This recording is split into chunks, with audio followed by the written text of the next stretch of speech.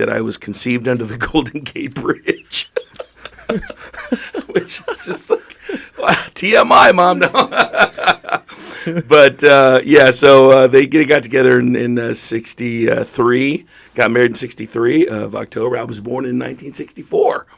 And that the 60s were a good time, yeah. Oh, my 60s were tumultuous, and some of the best music ever written came out of the 60s. Yeah. So I was born in 64 in East L.A., of all places. In East L.A., that's where I was born. So they transferred from San Francisco to L.A. Really? Yeah, because my dad had family down here. And so my dad was Mexican American, Chicano, he likes to call himself. And then my mother was Samoan. Or is Samoan. She's still alive. She's going to be 80 next February. Yeah, so she's mom's Samoan. And matter of fact, you know what you get when you cross Samoans with Mexicans? No. Samo-Mexicans.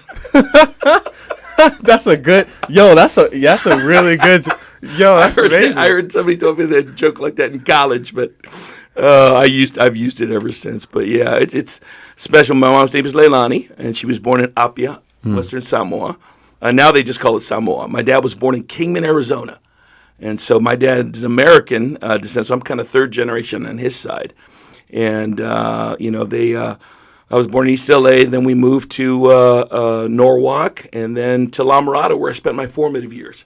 And that's kind of where I went to high school, junior high school, elementary school as well. So you kind of like your family's a little bit all over. That's a lot of culture. Oh, a lot of culture, And then I married a Native American woman, so that's a whole. My kids are a mix. It's and it's beautiful, because it's the American story. Yeah, it is. It's so great. So, but and so your grandparents, can you kind of describe the kind of personalities they have? I don't know if you ever got to meet them. I wish I did. On my dad's side, I never met my grandmother. She passed away in, I believe, 63, 62. So I was before I was born. And then my grandfather, on my dad's side, he passed away 66. So 2 years, when I was 2. So I was very, very small. So, I think he got to hold me, but that was pretty much about it. So Then on my mother's side, I was able to spend some time with my grandmother. When I graduated from college, she paid for me to be able to go visit her in Samoa, which is the American side. She was Pango Afono. So I was able to visit her there after college, and so spend some time with her there. And she had visited us a couple times in the States. And then my grandfather, I might have met once when I was very, very young, but really had very little contact with him until I graduated from grad school and sent him a telegram. And he was so incredibly happy and proud of me, and that he sent me a telegram. So that was pretty much all I knew of my grandfather. So do you have a fairly big family, or is it like a lot of brothers and sisters? Yeah, pretty big. I think my dad had 13 brothers and sisters. 13. My mom had 6 or 7. So, pretty big family. It's the love season, right? Like it's something like that. Maybe that's Samoan blood or Mexican blood. Yeah. So you're kind of mentioning that most of your life, it seems, was in East LA. Is that right? That was the beginning. So really, I was just born there and stayed there a couple of years, probably up until I was 3. City Terrace on a street called Pomeroy, and then moved to Norwalk, and that's where I went to kindergarten and first grade.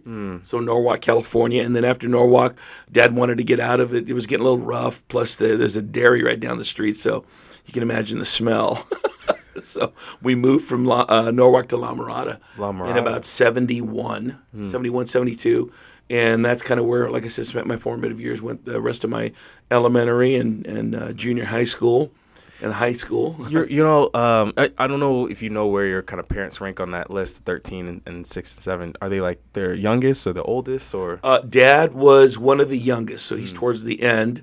He has 3 brothers and sisters younger than him, so the rest were older. And then mom was the oldest. Yeah, mom was the oldest. Yeah, and all her brothers and sisters younger than her. So what kind of type of personality was your parents? Oh gosh, Dad Dad was just. And I apologize. I don't want to speak past tense. I apologize. I'm not sure. That's okay. Yeah, Dad's accurate. passed. Mom's still with us. Okay. Dad was just a joy to be around. He was hilarious. He was funny. He was. I mean, there's sayings that me and my brother and my two sisters, and I'll talk more about that, but that we still share to this day. About my dad in terms of just sayings and stuff like that. So, so Dad was a very funny guy, very witty. And Mom was just a heart of gold and just loved people and, continues to this day to serve and to help others. I mean, Mom's going to be 80 next February. And she's still serving the community and loving her girls. She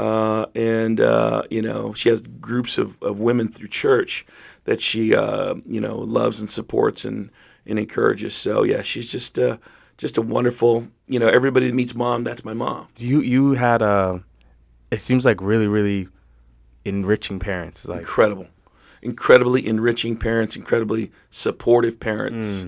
They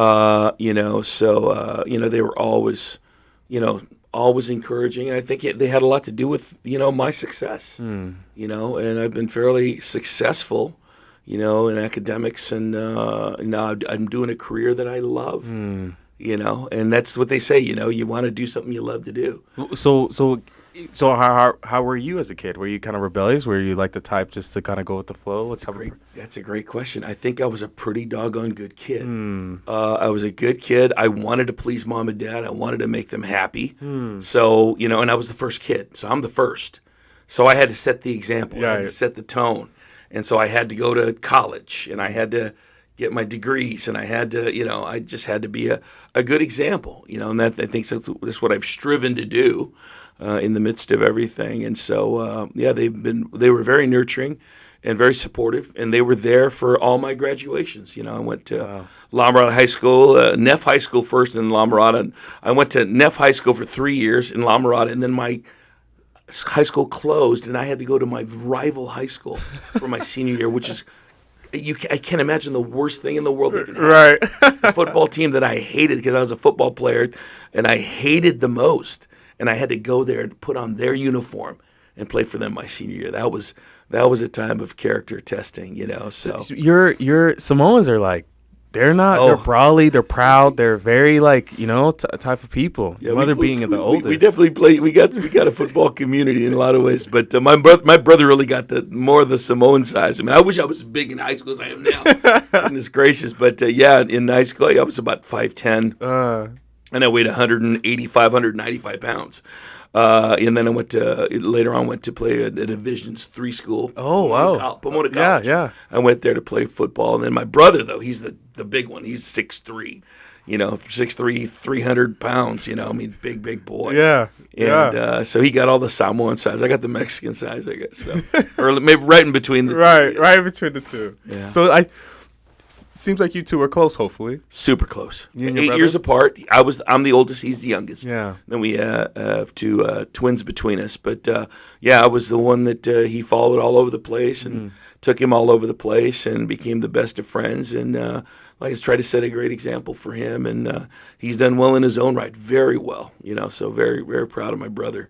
Larry, we call him the Bear because he's so big. Right, 6'3" is no joke. Oh yeah, yeah. And so, any really key, maybe childhood friends that you kind of remember going through life through? Yeah, some really key childhood friends. I think my best friend Mark Armijo, who is a successful attorney. And a matter of fact, he is the partner. He's like the senior partner in his law firm. So he did really, really well.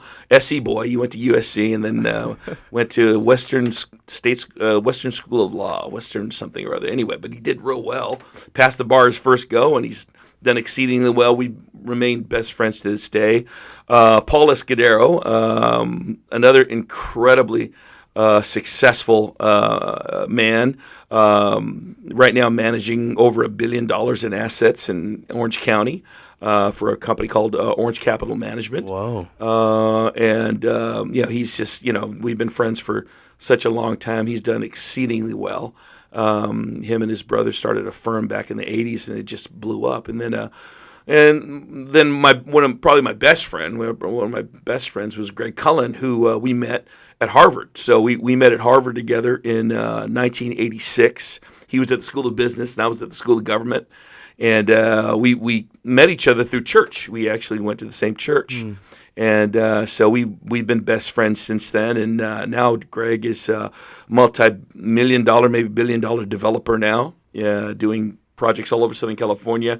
The latest ones are in Corona del Mar, and I've we kind of still work together a little bit. I do a little marketing with him and helping him with investors and things like that. So I've been blessed with some superstar friends. So that have done really well. I mean, it seems like something that's really cool. I kind of caught on here is you're going kind of through this path. You recognize that you being the oldest, you want to set the best example possible. Absolutely. You have great relationships with your brother. He's a young guy. Yeah. Obviously, you have twins in between. Yes. But like, there's a sense of like this kind of nobility. You're going to sports. You're doing obviously sports, and it seems like you're actually taking academics really, really seriously. Yeah. Like, do you feel like these times were like really stressful for you? Do you feel like these times were like, no, there was just exciting moments every day? Like, how do you kind of feel like the that's a great question, Jovonni. They were exciting. They were somewhat stressful at times. Getting through college, and worked pretty hard in undergrad. But when I went to Harvard, it's a whole nother level of work and the level of work. So there was definitely stressful times at Harvard where I thought, I'm not going to make it. I'm not going to get out of here.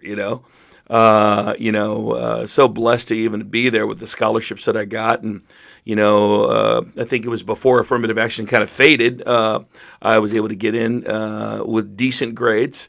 I could have done so much better, but as an athlete and, not really being too disciplined and loving the party scene in the Pomona College, the Claremont colleges. Right.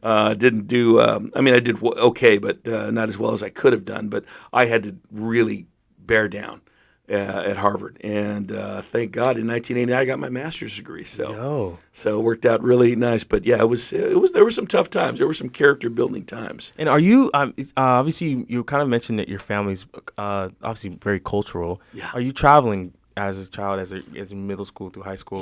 Honestly, the only places we traveled to when I was younger is Mom was so far from home, so we never went to Samoa. But my dad was from Kingman, Arizona, so we went to Kingman, Arizona a lot, and a place called Yuma. Yeah. So we went to Yuma, Arizona a lot, and so spent some great time with the cousins there. And for whatever reason, Dad always chose, I guess it was because we're out of school, but summertime in Samoa, in Yuma. Woo! Not Samoa, but Yuma. Oh my gosh, you're talking about 120, 130 degree weather. It's insane. But keep cooking eggs on the concrete. Oh, but you're so happy. You're a kid, so yeah. You're having a great time, and the Yuma nights were very memorable because to run around because it was so warm at night.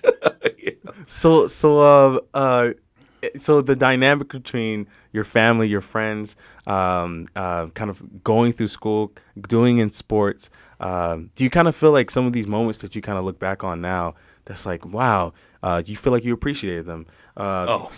Without a doubt. I think I'm the only kid I know of in junior high school that didn't want to grow up.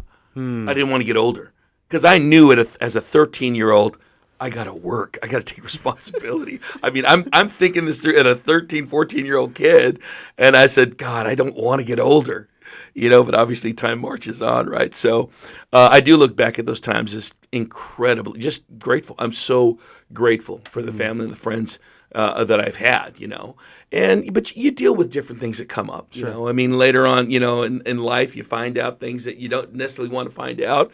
My dad and mom had started a nonprofit organization, and then it came out later on that Dad went through a very hard time financially, and so kind of hit the till, said, okay, I'm going to borrow a little bit of money here and I'll pay it back later. Best of intentions, didn't work out, and so my family ended up having to pay all that money back to the nonprofit organization that they started, and they did great work. And that's one blemish of years of my dad just being a superstar and really being a kind of dad that everybody wanted. But we all got character defects. Sure. And they all come out in one time or another. Yeah.